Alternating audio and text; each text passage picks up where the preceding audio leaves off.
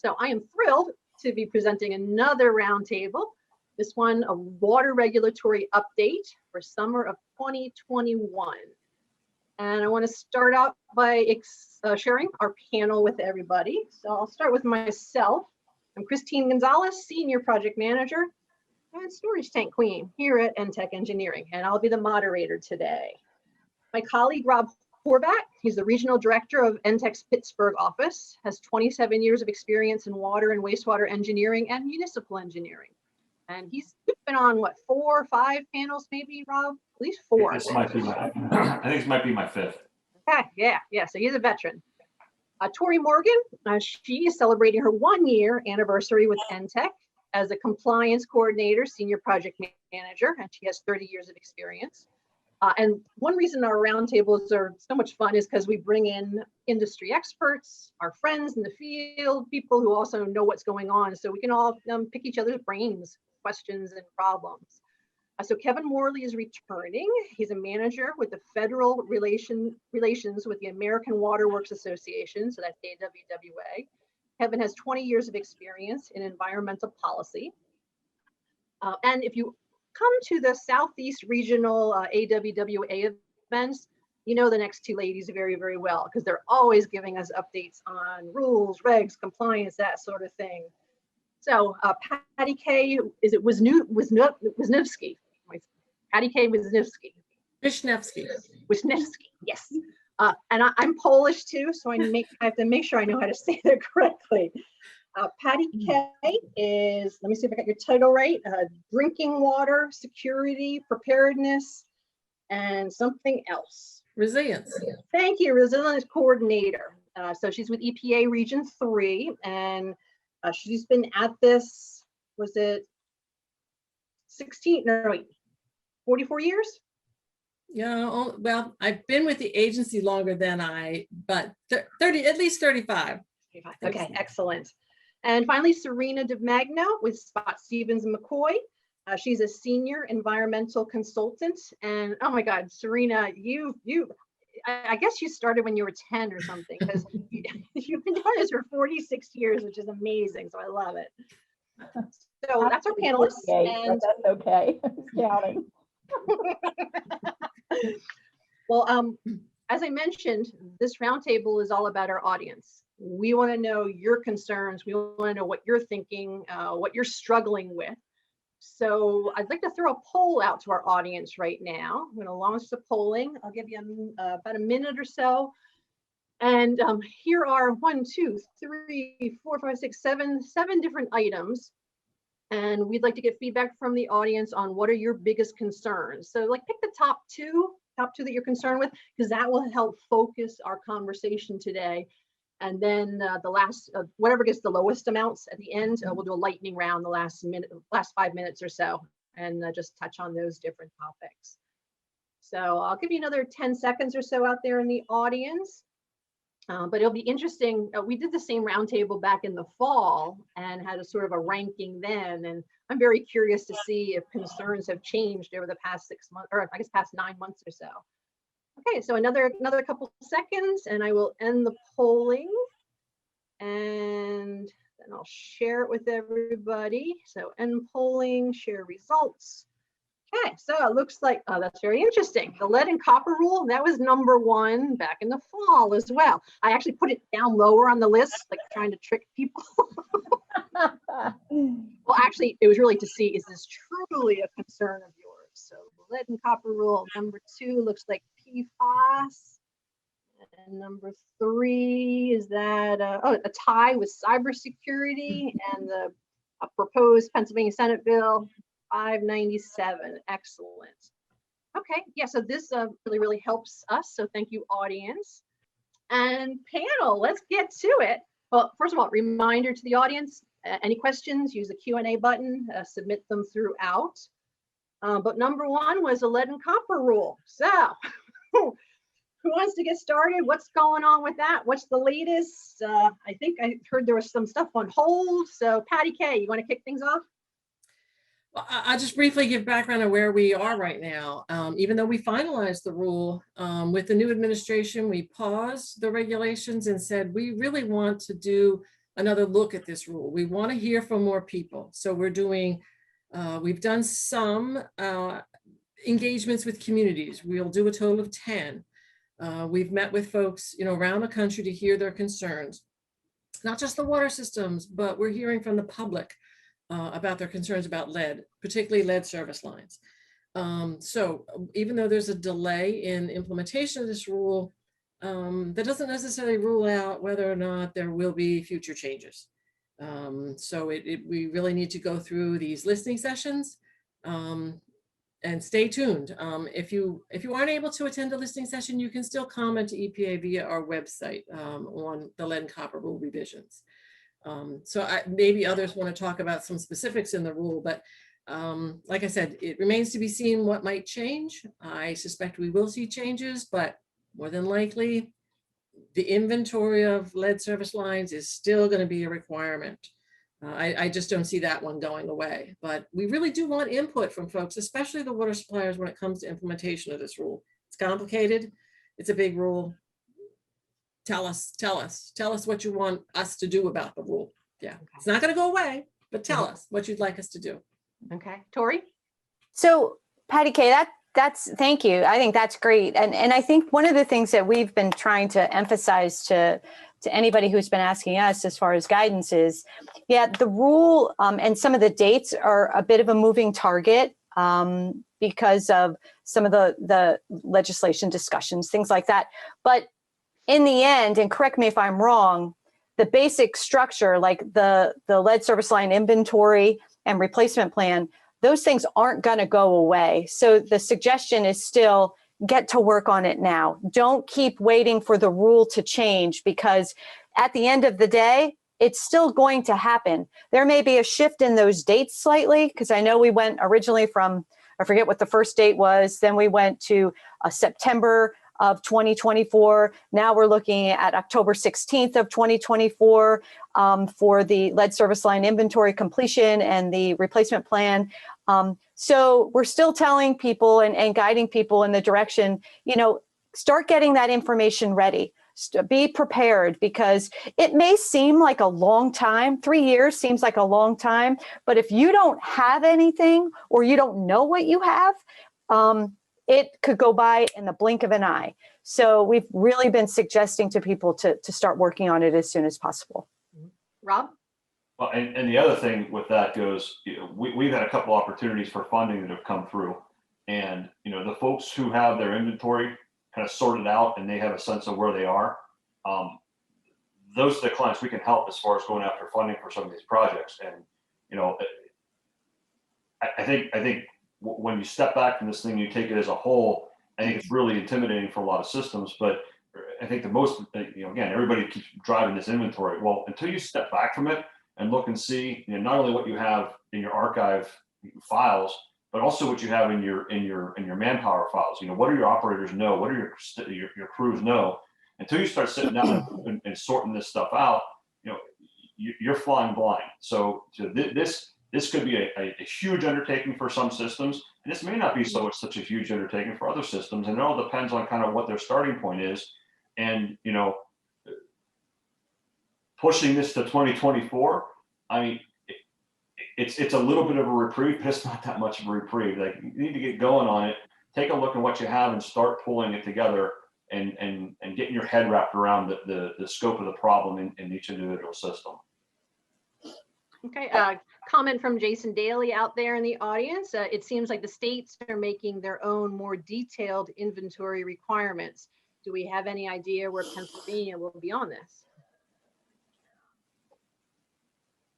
Serena? Yeah, DEP won't probably move with their own lead and copper reg until EPA comes forward with their reg. We're waiting for that to happen. That's just the way the regulatory process works in Pennsylvania. And as you all know, that's a very slow process, and it probably won't dovetail with the EPA timeline, but that's the way it works. There's usually an extension, and that's, we've gone through this multiple times with the integration of the federal rules. Serena, I'm curious, with your clients there at Spot Stevens and McCoy, are most of them taking on this inventory thing in-house, or are they reaching out to you to help, or what's the breakdown of that? Do you have any idea? It's probably 50-50. You know, so some are, you know, some are moving forward and, you know, and asking for some assistance. Others are sort of playing a wait and see sort of thing, which we're not advocating by any stretch of the imagination. We've been saying, you know, you need to move forward with the inventories because a lot of systems don't even realize what's entailed with conducting an inventory. So, you know, they need to understand that. And so we've been kind of pushing that. But, you know. Can you give us a little sense of that? Like, what aren't they aware of? They just don't understand the, you know, the scope of it. You know, how you determine, you know, what your lead service line inventories are, and where do you find that information? Because some record keeping, I mean, depending on the age of the systems, some record keeping wasn't stellar.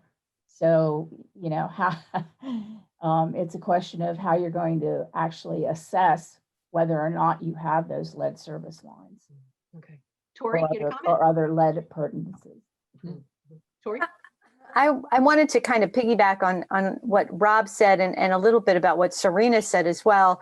I have to say, when a utility looks at that rule, at that lead service line requirement inventory, it's a little scary. I mean, they look at it and they're like, oh my God, how can they actually expect me to do this? This is ridiculous, you know, and I don't blame them because it's a little overwhelming. What we've been trying to help our clients understand is a lot of times, I'm trying to put a positive spin on this. So you got to find the silver lining because it's not going to go away. Anyways, is a lot of times, many of those utilities have way more information than they even realize. For instance, if they've done a meter replacement program in their community, even if it was done 10 years ago, that's valuable information. They might not have it in all the format that you know immediately is going to tell them everything they need to know. But once you start chipping away at it, look at the age of the houses, look at old work reports, and you start pulling all that information together. I'm making it sound so easy, aren't I? But anyways, it starts to become a little more. You know, they come down off of it a little bit. You just kind of chip away. But I say all that, but still emphasize you have to start now because pulling that information together, kind of overlapping it, it's there, but you still have to start to digest it all and put it in a usable format. So I just kind of wanted to put a little positive on it because sometimes it seems very monumental until you just sit down, breathe, and start chipping away at it. And then it's a little more doable. Rob, I see you nodding your head. So have you seen the same thing Tori has, that you just have to get started or what? Absolutely. I mean, for instance, I had a system who, you know, I put it to their manager and he's like, we have no idea. We just don't know. But then you sit down and you start talking to a couple of the guys in the system, like, well, you know, there's only one place that we have old cast line, and that's the only place I've ever seen lead pigtails. So, you know, and we know basically when we took the system over, we know what was built after a certain date. So, you know, I guess that would probably be our inventory. I'm like, yeah, so you don't have any old cast line anywhere else? He's like, yeah, everything else we have that's old is steel. I'm like, well, yeah, you're right. You're absolutely right. Because so all those systems are going to be steel. You know, you got old cast lines with lead pigtails, and you know essentially where it exists in your system. It's just a matter of process of elimination and making a list out of it at that point. So, you know, somebody who came, it was like, we have no idea what we're going to do. Half an hour conversation, we sorted out essentially where they need to look and how they need to process through what they have. So, you know, again, it's that information to some degree exists within most organizations.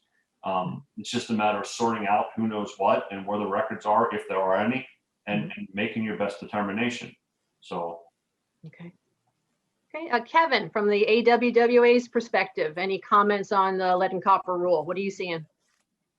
Yeah, so we've been advocating for the inventory process for utilities to start that, because that from the get-go, that was always going to be a necessary part of the process, independent of whatever the deadline is. And so the more preparation you do, whatever the administration decides the ultimate changes are going to be, right? That inventory is going to be foundational.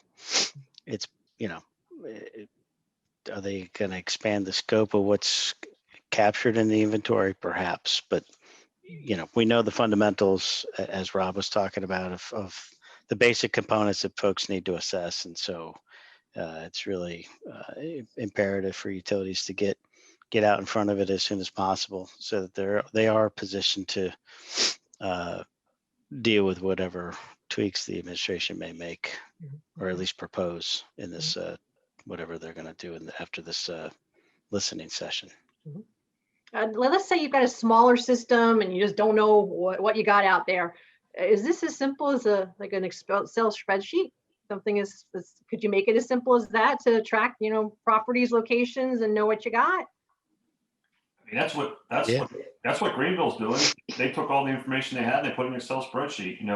Ultimately, what format that'll take when we get to a point where we have to formalize it into some deliverable thing that we call an inventory. I mean, the idea is to pull the information and get it together. So okay, excellent. I'm going to move on to the number 2 topic for our audience. They were asking about PFAS, per and polyfluoroalkyl the substances. I'm a tank girl. I don't know these funny words. I can say polyurethane. So I'm going to throw it out to the panel. What's the latest on any sort of rules and regulations for PFAS? What are we hearing? Are there limits, that sort of thing? Who wants to take a shot at that? Serena?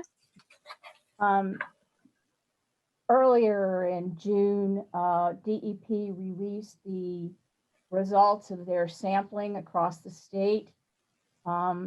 Fortunately, they looked at, I believe, there were like 493 potential systems that may have had PFAS, PFOA, narrowed that down to 392. And of those systems, only 2 actually exceeded the EPA health advisory limit, which is 70 parts per trillion PFAS, PFOA combo.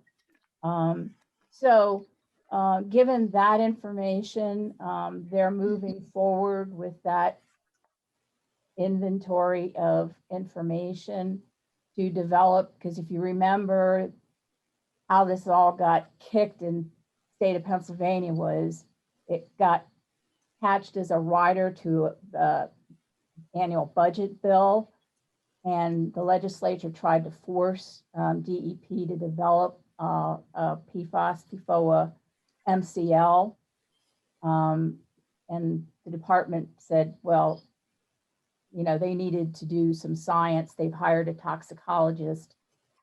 So those studies are going to be finalized, and DEP's moving towards establishing a PFAS, PFOA MCL.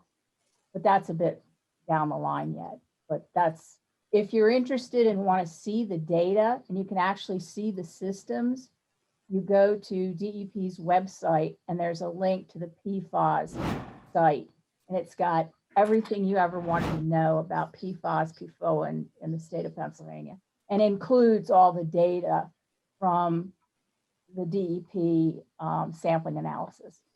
And you have to understand that they actually did, initially they did the sampling and used one methodology.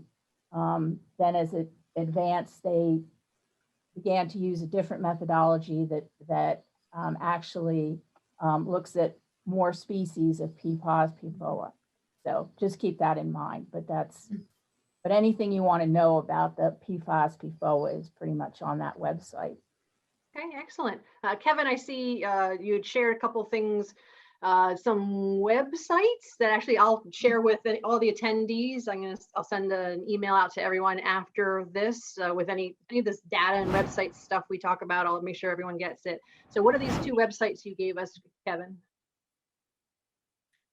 This is AWWA's PFAS resource page because Another there's good been a one. lot going on.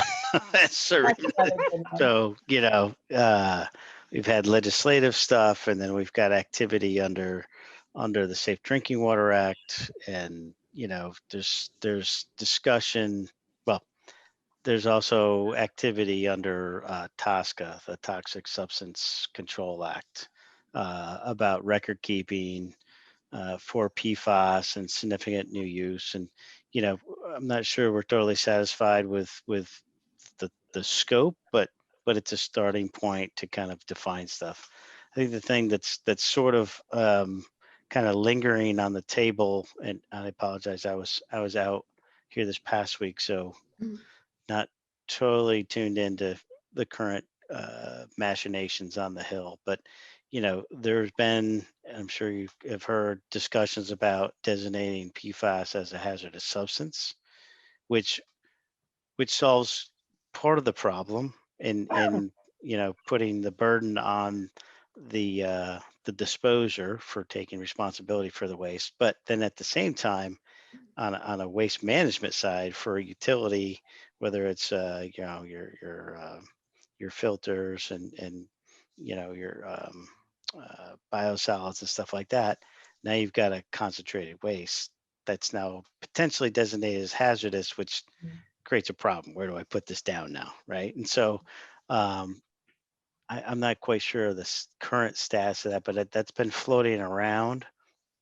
I think one of the things that we've had a discussion and sort of, I'm not going to say officially advocated for, but is kind of a special designation to define the scope of what a hazardous substance would be within the confines of RCRA, to be focused on the producer side versus the downstream impacted entity.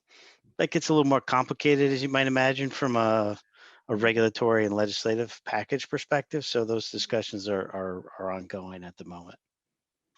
We've got Kevin, AWWA got a shout out from Dan Preston at North Penn. He loves that webpage. And I mean, thank you, AWWA, for making this sort of thing available to everyone out there so we can better educate ourselves and be aware. Serena? Yeah, to Kevin's point, I also need to make you aware that there's a whole plethora of bills in Pennsylvania, some dealing with the hazardous waste aspect of PFAS, some now requiring signage in fishing areas where there is PFAS exposure. I mean, it goes on and on and on. They also just moved a bill to limit the use of PFAS in firefighting. So those bills, and for everybody's clarification, the legislature's on recess. The House and the Senate will come back in September. So all of these bills are just, how many months do they get off? I'm kind of July, August. Oh, wait, it's not that many months, but still, I'm not getting the whole summer off. It had one advantage. It got a budget passed before July 1st. That's, I mean, usually it gets into dangerous territory if the budget passage lingers on, because that's more time that bills can move around. So this stay is actually a good thing in some respects. Okay, good. Kevin? Yeah, I was just going to, to that point about like the firefighting foam and things of that. I think the challenge that we've been having a little bit in these discussions, like the focus has been on, let's say, the traditional or the older forms of PFAS, and there are, many variants of perfluorinateds that folks have moved to. So, the manufacturer's like, oh yeah, sure, go ahead and ban that because we stopped using that 10 years ago. But they're on to a new variant that may or may not be captured within the scope, and that's that's the challenge with this range of materials that everybody likes their rainproof rain jacket, right? Well, that's perfluorinateds. So old Scotsguard, that's why the water beads up on your jacket and your rain boots. Tori? Risk trade-off. Yep. So it's PFAS is it's so tricky in so many ways. So, you know, obviously PFAS started with the water side and then trickled over into now wastewater and biosolids. And it's like this vicious circle, you know, and I know there's discussion now on you know, changes to land application requirements and requiring sampling of PFAS and then obviously that's going to impact, you know, land application. So then you're going to have sites that can't land apply anymore because potentially if they have a PFAS. So it's this, you know, it's got so many moving parts. I just, and I don't know how they all interconnect. I think that's one of the big problems. You know, you think you got to figure it out in one area, maybe on the water side, and then it flips over into the wastewater side and the biosolid side. And now it's just such a moving target. It's a very difficult one. I've got a couple of comments from our audience. I'm actually going to step back one topic, back to the lead and copper and the inventory. Eric Moore from our office shared that the water service materials should be documented from what is visible inside the property. Sewer systems should also be inspecting properties for sump pumps, etc. And he mentions that in Muncie, one of our clients, we're doing both with one inspection. Oh, that's cool. So the benefit is cost savings and less disruption to the property owner. So good idea, Eric. Thank you. And another comment from our audience, from Lynn Marie DiCarlo. She mentions Suez Water in New Jersey has begun, so this is back to our PFAS discussion. Suez Water, New Jersey has begun ordering ion exchange treatment vessels and equipment, and manufacturers, suppliers are warning of shortages and delays in getting the treatment vessels. So delivery schedules aren't easy to commit to. They're actually considering temporary treatment equipment to bridge any delays that could happen. So I'll throw it out to our panel. I know, what's that called? The streams of materials, or whatever that's called, being able to get things. There's some nebulousness out there and uncertainty on, well, I hear like chlorine, people can't get chlorine. And that's just one thing out of thousands that we need for water treatments. What are you guys seeing? Or have any of you seen the same sort of thing that Lynn Marie just mentioned? Oh yeah, absolutely. Yeah. What are you seeing out there, Rob, or hearing about? Yeah, just simple. Well, I mean, chlorine for one is definitely something that I've heard some concerns about. And when people can get it, they can't get what their normal orders are. They're getting shorted on orders. Pipe. I mean, just pipe. Yes, pipe.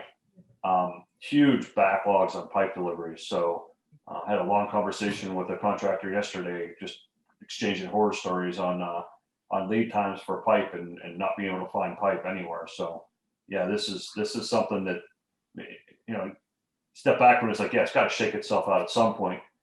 The question is when, and I don't think anybody has any sense of it yet. So it almost feels like we're getting more in the midst, like we're in the middle of it right now, and we could be months or a year out.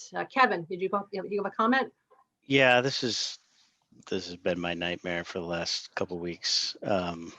So there are multiple incidents that have occurred sort of in series that have created a crunch in the chlor-alkali supply chain. Most recently, and some of this goes all the way back to last summer with impacts on the Gulf Coast from pick a hurricane. Right. Yep. So you had one facility in Lake Charles that is just coming back online now. You've probably seen some press about a facility that burned down that was a principal supplier for pools that made everybody think we weren't going to get chlorine, but hopefully we're not using pool tablets to treat our water. And then you had in the last month, and then Winter Storm Uri actually caused some damage to a number of different facilities. And we actually had some serious supply issues on chlorine during Uri with some large utilities, to the point where one Texas utility had to reach all the way out to, I think it was up into Illinois, to bring in chlorine at, let's just say, primo rate. right? Like Wow. $900 a ton, $15,000 in transportation fees, right? But if they didn't do it, they wouldn't be able to operate. And right now we're seeing a number of different force majeures having been issued sort of in the mid-Atlantic Northeast, and then in the Pacific Northwest and part of the West Coast. Those are both related to uh, uh, facilities operated by Westlake. So, the point is utilities need to look back at their supply chain and have a good relationship with their packager. And the utility doesn't necessarily always know who the packager is getting product from. But so we had a big facility in the state of Washington that went down, blew a transformer, so they were out of commission for a couple of weeks, right? So there's a supply perturbation right there. You have another facility in West Virginia, also Westlake, that had some kind of catastrophic equipment failure. Don't know the status of that, but that may be having some impacts here on the East Coast and South Atlantic.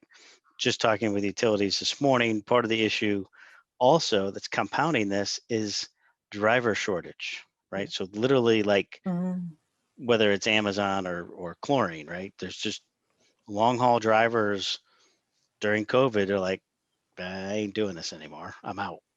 And there's a shortage of drivers. Now add that to Chlorine, you also got, not only CDL, but you got to have hazmat, right? So that's a smaller universe.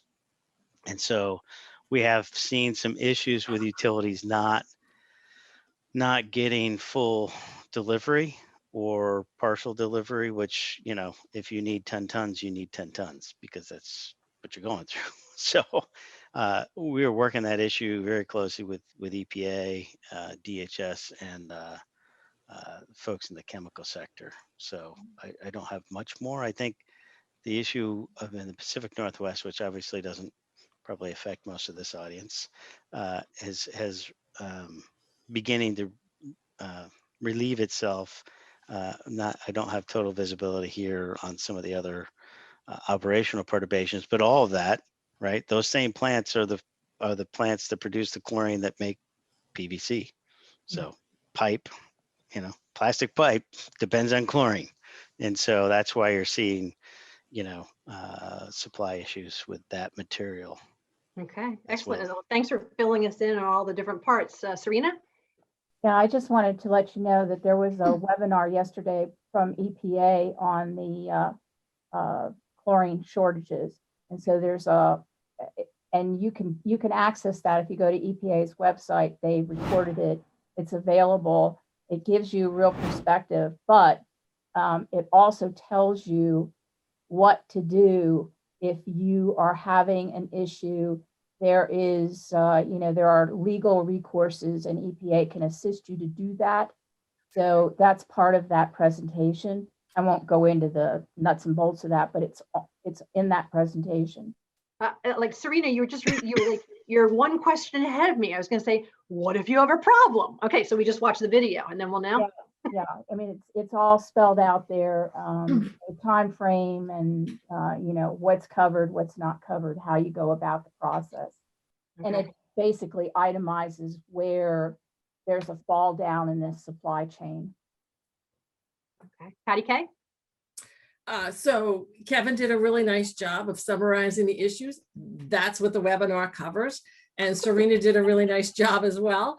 And so, yeah, the authority she mentions is under the Safe Drinking Water Act. And it's something that we've never used or had water suppliers use, but we encourage folks that have, problems to go through this process, or at least start this process, so that we can work with you and others to try and figure it out. The other thing I was going to mention was Rob mentioned pipe, and it came up during the webinar, even though we weren't specifically talking about other things besides chlorine shortages.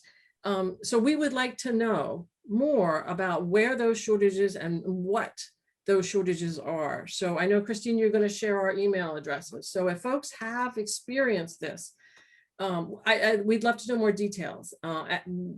Trying to figure out how widespread this is would be really helpful to us. Really important to know, like, where are the issues happening, EPA can look into that a little bit more, talk to suppliers, work back to producers, and really try and figure out, how widespread. And then again, much like we do with the webinar the other day, offer some options, solutions. Yeah, if anybody has details they want to share, I'd love to hear about them, and I'll share them with headquarters.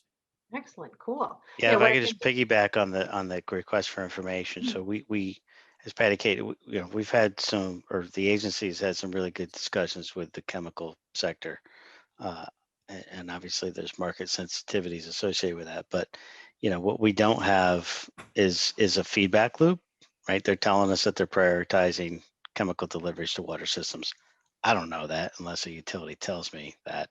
So one of the communications that we've pushed out through the WARN network is, hey, look, if you're not getting your full allocation, right, we need to know that information so that we can share it with Patti and her team to kind of lean in and say, hey, what's going on here, right?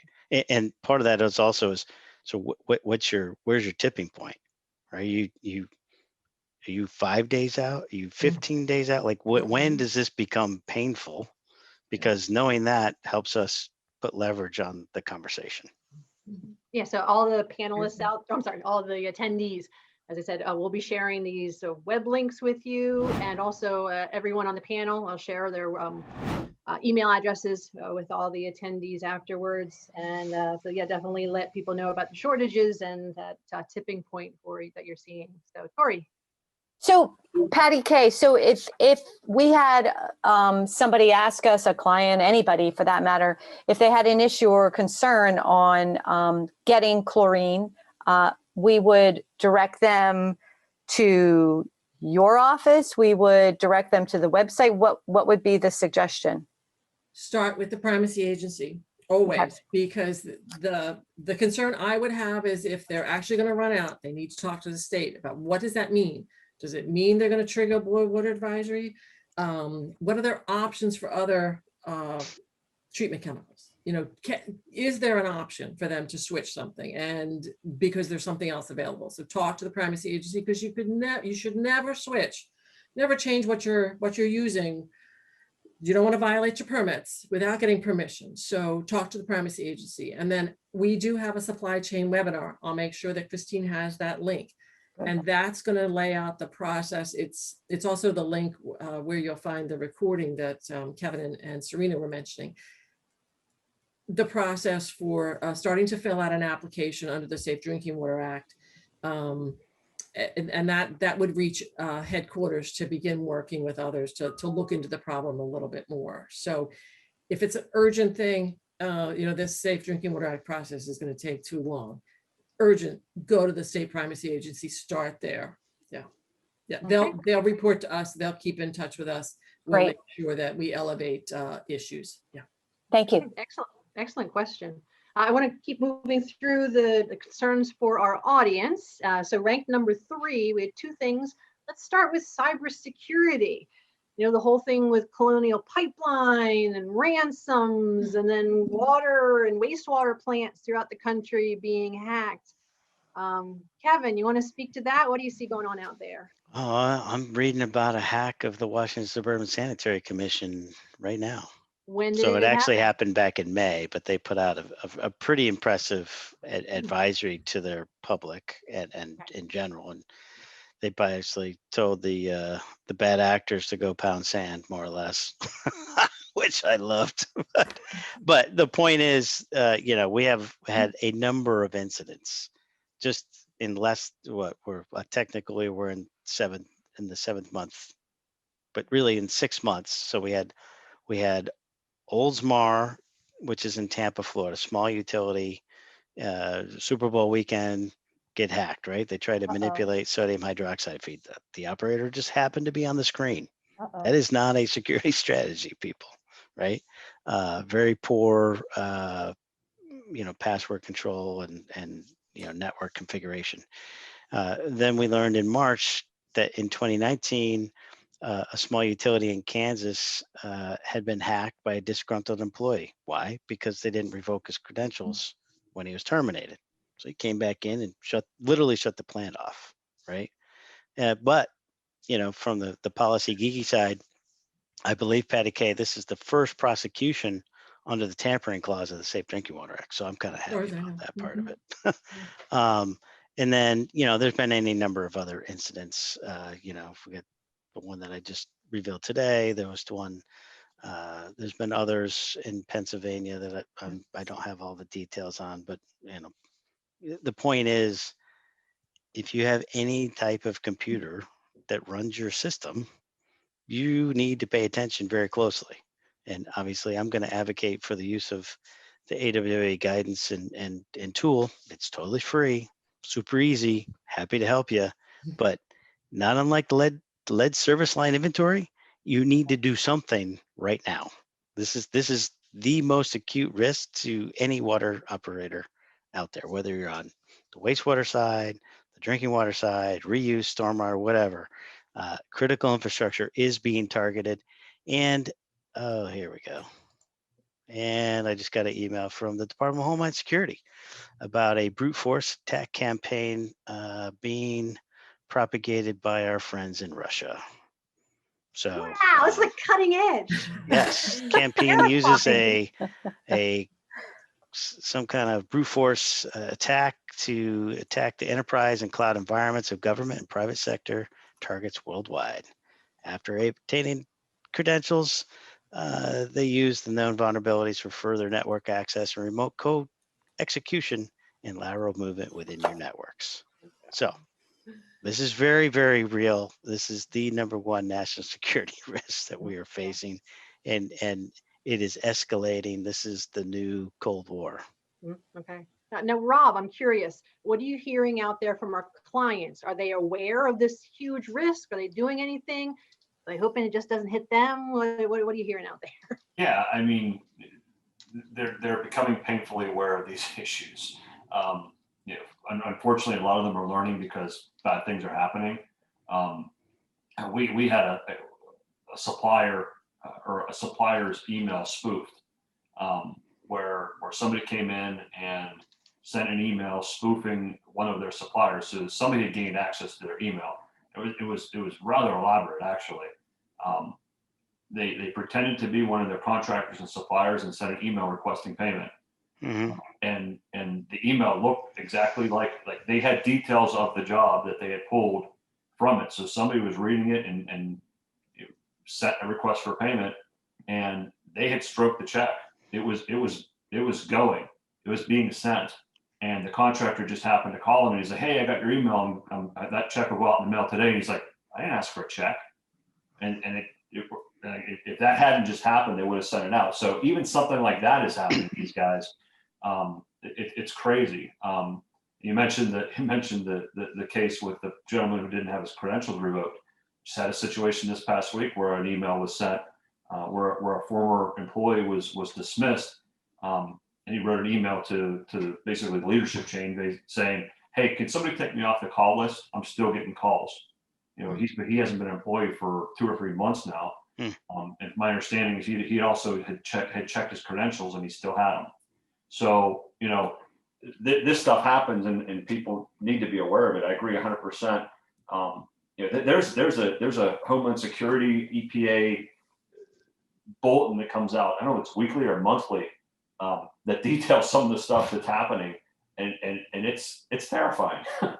It's crazy what's going on. Yeah. Patti K, did you have a comment?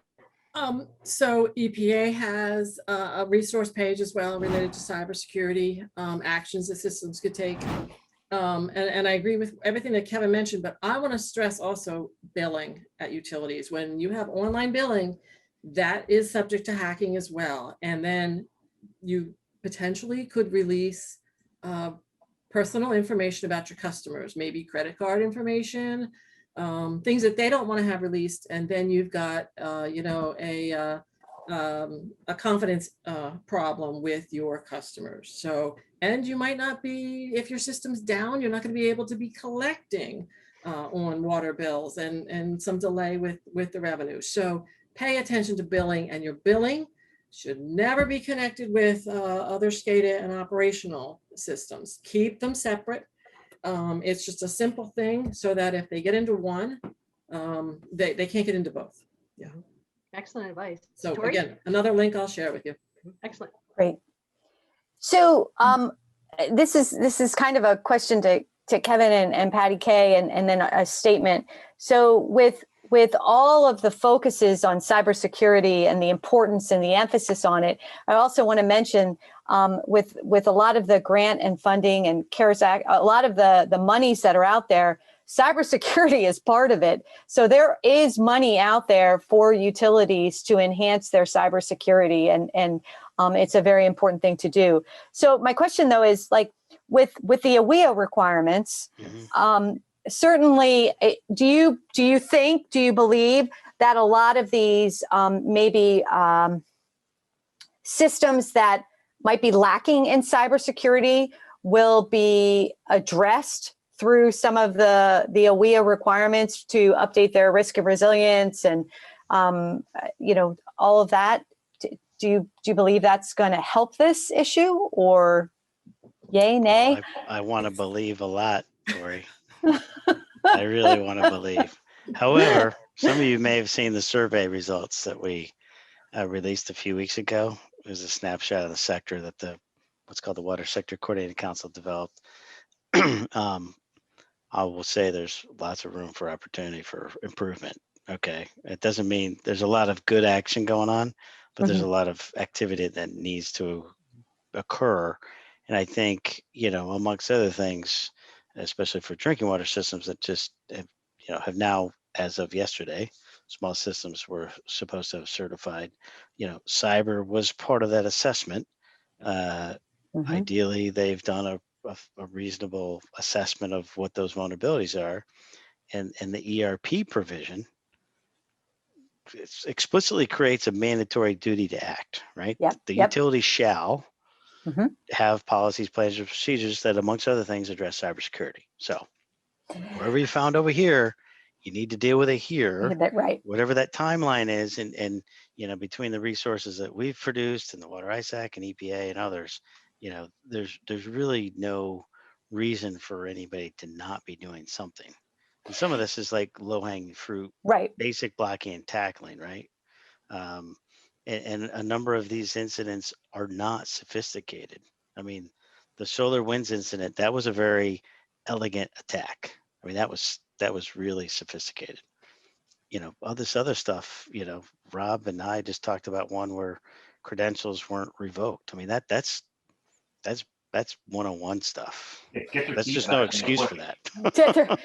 Do you know it's interesting? You talked about, Kevin, you just gave like 3 or 4 examples, and Rob, you explained an example.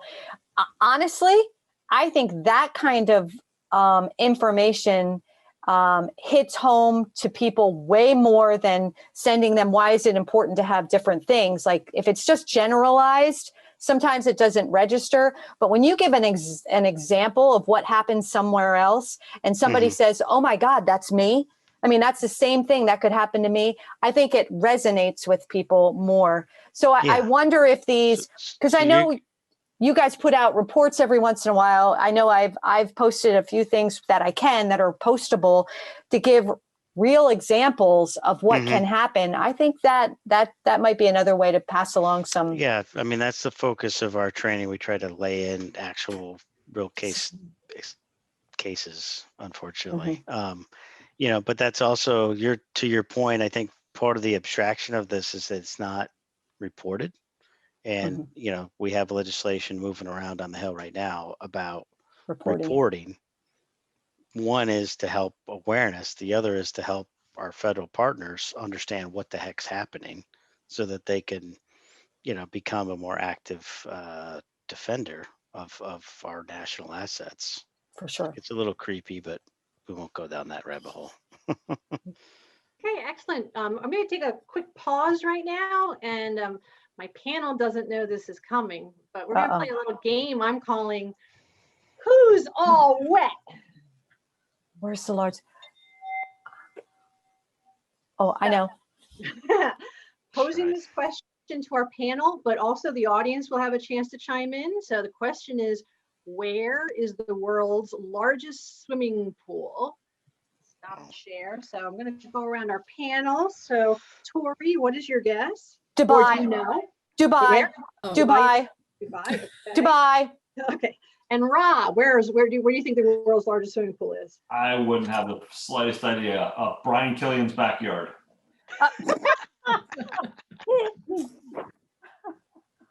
That's a really good idea. And you know what? I'm going to open the polling to our audience right now. So actually, this will give our other people on the panel a little. Brian Killian. I'm voting for Dormont. Or my Okay. Okay, so Patti K, what is your guess? And don't look at the answers. Just tell me what was your first thought, Patti K. I was also thinking something in the Middle East. I would have guessed something maybe out in our own country in the South West, but I don't see that on your list. So Don't list.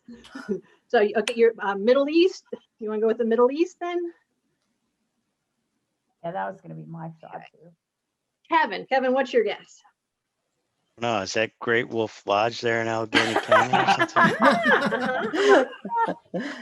I hear it's really, really cool. And Serena, what is your guess? I think it's somewhere in the Middle East too. I mean, that was my initial thought. Okay. Okay. So I'm going to end the polling. So thank you to our audience for taking your best guess. And share the results. And so our audience thought it was, well, no. That's what the audience thought. Oh, Come on, you're killing me, Christine. I think Tori skewed the results. Wait a minute. I didn't even have the list to look off, Kevin. You had the list to look off of. Yeah. So I went totally by a guess. The biggest of everything is in Dubai. Come on. So the true Where's it? answer is easy. Oh. Sharm my El gosh. Sheikh told you the in Middle East. Egypt. So it turns out there's the City Stars is like a company that builds these monstrous lakes, river or reservoirs, pools, and all over the world. The second biggest one is down in Chile. So this is the biggest one in Egypt. I think they're building one in Florida right now. So it's, pretty kick-ass there.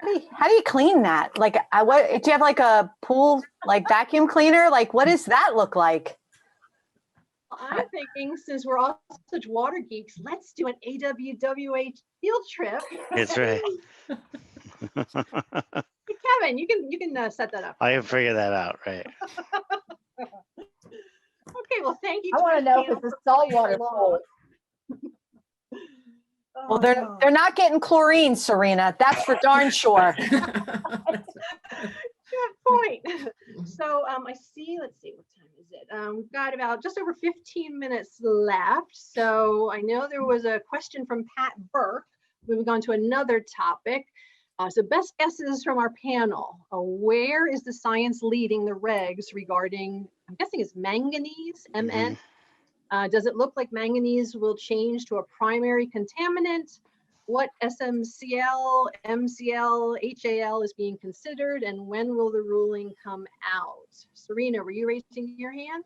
Well, I'll throw to Patti K as to whether an MCL is coming out, but EPA has definitely said that 0.3 milligrams per liter of manganese is above the 0.3 level is a neurotoxin. So that's kind of the threshold of what they're looking at. And as you know, we've been looking at a manganese regulation coming forth in Pennsylvania, but it's actually on the discharge side, not as a new drinking water, but it affects drinking water, obviously. And that rule is to establish a 0.3 milligram per liter. The argument is that at the point of discharge for all waters, or is it for at the intake for existing and potential public water supplies? Okay, any other comments, or what are you guys seeing out there with manganese?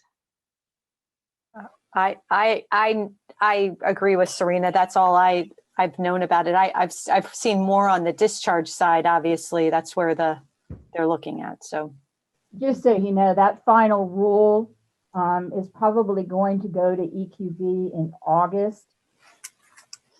So we'll know exactly what the lay of those options is going to be. And Christine, Go when ahead, it comes to the federal level, it may be on our radar screen for researchers and others to be considering and looking at this and really studying the issues, but it's not on our regulatory agenda, which means we're not allowed to work on it as a regulation yet. So it really takes years, even once we put it on the agenda, to work on it. So it's not something that's near term, but certainly paying attention to what happens. I have also paid attention to what's happening in Pennsylvania. We've commented in addition to our permitting folks on the wastewater side. So that's really what folks should be paying attention to right now. That's liable to impact them first. If we get to a federal reg, it's years away. Yeah, because we're not working on anything. Yeah, so I mean, sort of along those lines. So it is in UCMR 4, and Well, I'm looking back at our reg work group. well, we haven't updated our reg update, so I don't have at the time that we prepared this several months ago. At the time, there was about 2% of water systems were above the health advisory level in the UCMR data set. I don't know if that's gone up at all, but that starts. You get up to like 4% of systems seeing it. That starts creeping into the space where there's reasonable occurrence for the agency to proceed and think about a reg determination. But that, like Patti K said, that wouldn't happen until at least a year from now. And then a proposed rule beyond that, and forward, it's several years out from a federal perspective. For sure. Okay, excellent. Another topic of concern for our audience was the proposed Pennsylvania Senate Bill 597. I know lots of authorities are up in arms and just trying to get their hands around it. Serena, you did a great job of helping a lot of different organizations better understand it. Just a quick review of what it is and where it stands right now. Yeah, fortunately, nothing's happened with the bill. It'll possibly move in the fall.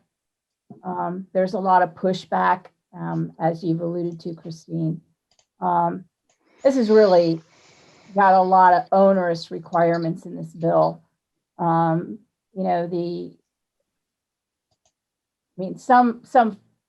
facets of this are understandable and potentially desirable, but the way that it's framed in the legislation is highly problematic. For instance, the requirement that every water wastewater entity has to have an asset management plan that has to be published, keyword, published to their customers. And as we just talked about cybersecurity, that's a real risk when you identify to the entire public what your areas of potential risks are relative to assets.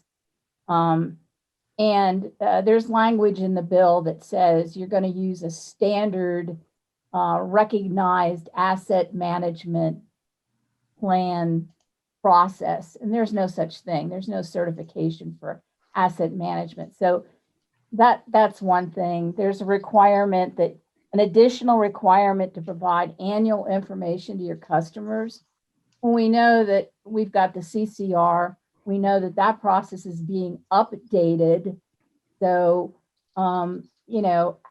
requiring this in some other format is going to be an additional cost, and to what benefit to customers.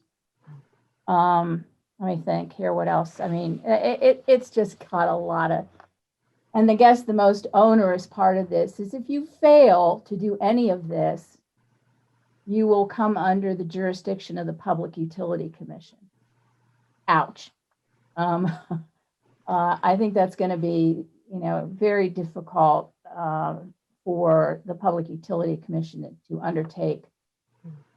the number of water and wastewater systems that are authorities at this point. But I'm just kind of giving you some highlights. The cybersecurity system facet of this is also problematic because there again, it requires that you use a certified cybersecurity entity to develop your program. There's no such animal. There's no such certification. So as you pointed out, Christine, I've worked with the water and wastewater organizations. We've come out hard against 597. We just have to see where this ends up. Okay, so there's one thing that I want to make people aware of too, that we didn't talk about, didn't come up in your list, but that's the Legionella Bill. And the concern, the quick concern there is that it's going to require all water systems to provide 0.5 milligrams per liter of chlorine residual in all portions of the distribution system. And if you're a chloraminated system, it has to be 1 part per million. And we, as everyone knows, really fought very hard with the Chapter 109 and the distribution requirement rule not to go in that direction. And also, this Legionella Bill is directed at water utilities managing premise plumbing, and that's out of the realm of public water systems. So, that bill is Senate Bill 1285. So we came out hard against this bill as well. I've been talking to some of the legislators about it. It's very unworkable. okay. Okay, yeah, thanks so much for updating us on that. Another concern of our audience, well, we just touched on it a little bit, the CCR, the Consumer Confidence Report Rule. Patti K, you said there's going to be some revisions to it. What's going on with that? So just as some background, the amendments to the Safe Drinking Water Act that occurred with America's Water Infrastructure Act, AWWA, in October of 2018, triggered a requirement for twice-a-year delivery of the CCRs, and not by all systems, by systems serving greater than 10,000. So EPA has formed a national work group. I'm part of that work group. We're looking at not just that distribution of the CCR, but how do we increase readability, understandability of these reports? They've been around for 20 years now. And it's time to really think about, do we have too much mandatory language in there? Do people understand CCR units, or is there a better way to do that? So again, when you see my email address, I expect you to fill my email box. Please fill my inbox with any ideas that you have. I'm happy to take them forward. We are really looking for creative ways to modify this rule. We're looking at a couple of years to do this, of course, but and there will be opportunity for a proposed reg and then comment. But we need to be creative. We need to be reaching out to non-English speaking people. I also think that we can't just say that these reports need to be written at an understandable level, maybe 7th grade reading level. But what does that mean? Like, let's give some examples, of what does that really mean if that's the level that people understand. So lots of things on the table. We haven't ruled anything out.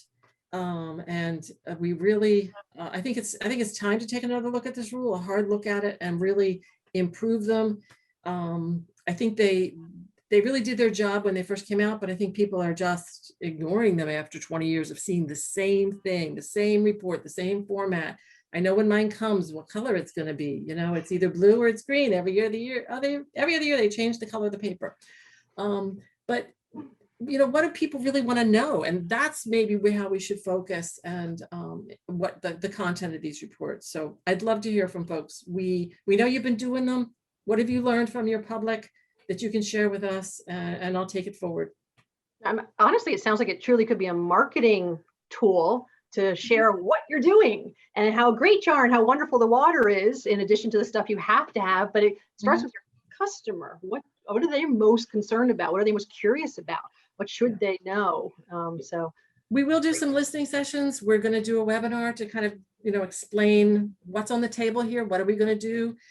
But ultimately, yeah, we need everybody's input and ideas on how do we do this and make it worthwhile, because we know water systems are spending so much money to get this out. Even though you can use electronic delivery now, it still costs folks money, time and energy to do this. So let's all take a hard look at it and share some ideas on how we can improve it. Yeah. I'm happy to hear from folks. I really am. Yeah, Tori? So Patti Kay, I'm so thrilled to hear you say that EPA is looking hard to make positive changes to the reporting. And for what it's worth, having worked on those reports for multiple utilities across the country, everybody doing slightly different, in different ways and formats. They're not easy. They're hard to do. They're hard to make. They're hard to distribute. There's nothing easy about it, but it's important and valuable information. So I'm hopeful that if EPA is serious about, making these make sense for the end use customer and for the utilities who have to build them for their customers, maybe having a task force or something where you're including, different entities, different, people who develop these reports, maybe on a larger scale, sit with you to, tell you what some of the struggles and concerns are. What are the issues they get from their residents and customers when they get their reports? What issues do they have when they're trying to build those reports? Because there's many different levels to this. So I think that's great. I'm thrilled that you're going to be doing that. I think it will be part of the process because there is a NIDWAC, a National Drinking Water Advisory Council being formed. So we know that states are usually on that committee, as well as water utilities. Good. So, but I think it's easy for the larger systems to participate and speak up, but we really need to hear from the smaller systems as well. They still are doing these reports. And I hear you. It's we need the input from everybody. Let us know. I mean, I think as consultants, some of us here, we help some of our smaller systems with many of these different types of things. We may be able to provide some information or some valuable input to you and the department that would go across many small utilities and help you from that aspect. So, certainly keep us in your thoughts as you put together a task force team, to start looking at the needed changes for the CCR. You'll hear from me. Great. I mentioned the twice a year delivery, and we haven't decided what that means. So I would also like to know from folks, do you want us to specify what that means and when you're going to do a second? No, is it just a notice, and is that sufficient? One of the things, I'll be very honest, I don't want to see us requiring 2 certifications because there's 2 deliveries or 2 notifications about the CCR during the year. That just becomes a burden for the water systems, but also a tracking nightmare for the states. So that's something else that is definitely on my radar screen for simplifying this rule, reducing burden. I can't say that we'll change the timing of it, but if that's what people think need to happen, I certainly don't want your second notification going out October 1st for the prior year. That seems so late to do that. I know when we first started this, a lot of folks objected to July 1, thinking it was too late, to say what happened last year. But can you complete the work by April? I don't know. And we don't want to give people lots of options. That's a tracking nightmare as well. So, how to do the twice a year delivery is also an important consideration for us. We need to define what that actually is. So, okay. Yeah. I see we're coming up towards the end. We got just a couple minutes left. So one last topic was the AWWA, America's Water Infrastructure Act. I know we did touch on it a little bit. Anyone give a quick update? Was something due for that recently? Yesterday. I can tell you what we got. Yeah, tell us what you got. Region 3 is in great shape. I don't know national numbers yet, but all the large systems did their risk assessment and emergency response plan certifications. All the medium systems, that was what was due yesterday, the second deadline, did their risk assessments and emergency response plans. Thank you, everyone, because that makes my job a whole lot easier, to be honest. Now, small systems. We have like 660 across the region 3, and I'm still looking at about 25% who haven't submitted, but everyone I've talked to this week, including yesterday and this morning, said, oh, but I emailed it in because the portal wasn't working to do the certification. So we know there's a lot of manual entry into the database. I will be doing follow-up, making sure people know what the requirements are, all the resources they can use. We are more interested in compliance than we are enforcement. You won't see me put that in writing, but I'm going to tell you that now. We are more interested in compliance than enforcement. And we're not recording this at all. If you haven't done this work, reach out to me. But I'm thrilled with the extent of the compliance at this point. I really hope that folks have done the work, not just certified, and get some use out of it. As we talked before, your risk assessment builds to your emergency response plan to make sure you can respond to those vulnerabilities you have. I'm really happy with the progress we've made in Region 3. Excellent. Very good. Okay, well, to wrap things up, I'll share my screen one last time. Hey, can I just add one thing, Christine, on that? Sure. So to Patty's point about the data, the EPA portal, which is a nice resource. If for some reason your utility is not listed in the initial data pool that EPA did, because I had this happen with the utility, the portal will not let you submit, even if you're technically supposed to submit. Number two, from an email process, the processors of the email will not send you a compliance notice if your utility isn't on the list, even if your utility fulfills the population criteria. So that may require some manual kind of engagement to add your utility to the list. And to Patty's point, the agency is focused on compliance versus enforcement. So if you haven't put it in, get that email in there ASAP. and I can help folks get added to the database, and I can see the database. So I've been on the phone with folks when they're trying to do their certification, and moments later I see it come in. So I can confirm all of those emails that were sent in. I've been doing that for like the last 10 days. So yeah, reach out to me if you've got any issues with that. Super cool. Excellent. Okay, yeah, so to our audience, if you've enjoyed this roundtable, we will have some more coming up this year. Looking on doing one on environmental regulatory audits.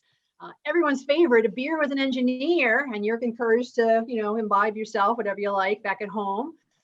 Clearing up your fog program. I know Tori's going to participate in that one this fall, and you can check out where the latest ones are at our website, entecheng.com. Across the top menu, you'll see something for resources. Drop that down, and you'll find roundtables there.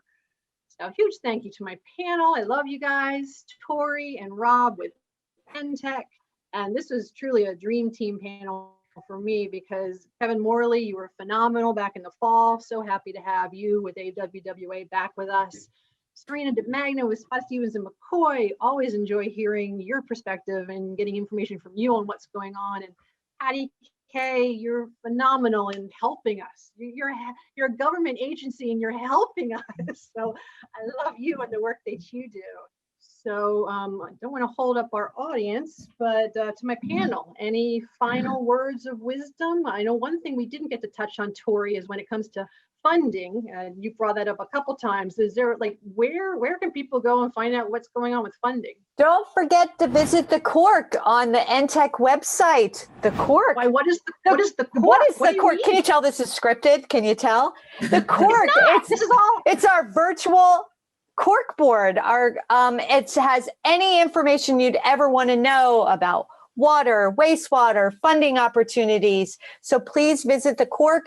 All you need to do is go to the Entech website, www.entecheng.com, go to resources, the drop down, you'll see the Cork. It'll take you right to the virtual Cork board.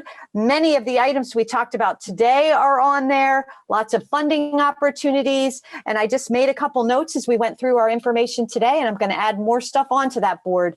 The board is there for your use We just hope it helps you. If you find things that are missing off that board you'd like to see, let me know and I'll put it on the cork board. Bam. Excellent. There, Tori, you got your spot. Rob, anything else to add? I don't. It's always a pleasure to be on these things, and I tell you what, this panel in particular, Patti, Kay, Serena, Kevin, this has been fantastic. I've got a ton of notes here. Great stuff.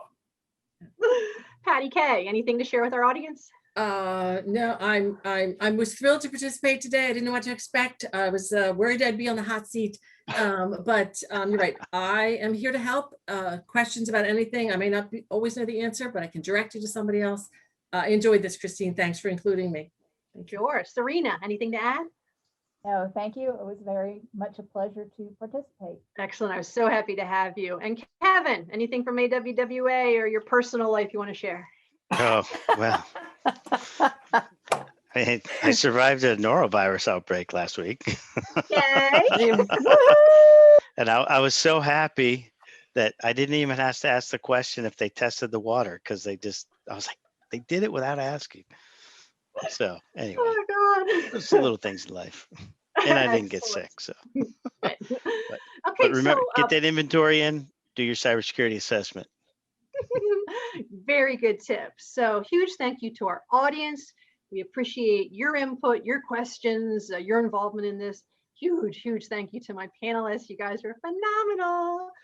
And I always end these by saying, what do I say? Magical things happen when you bring together passionate people.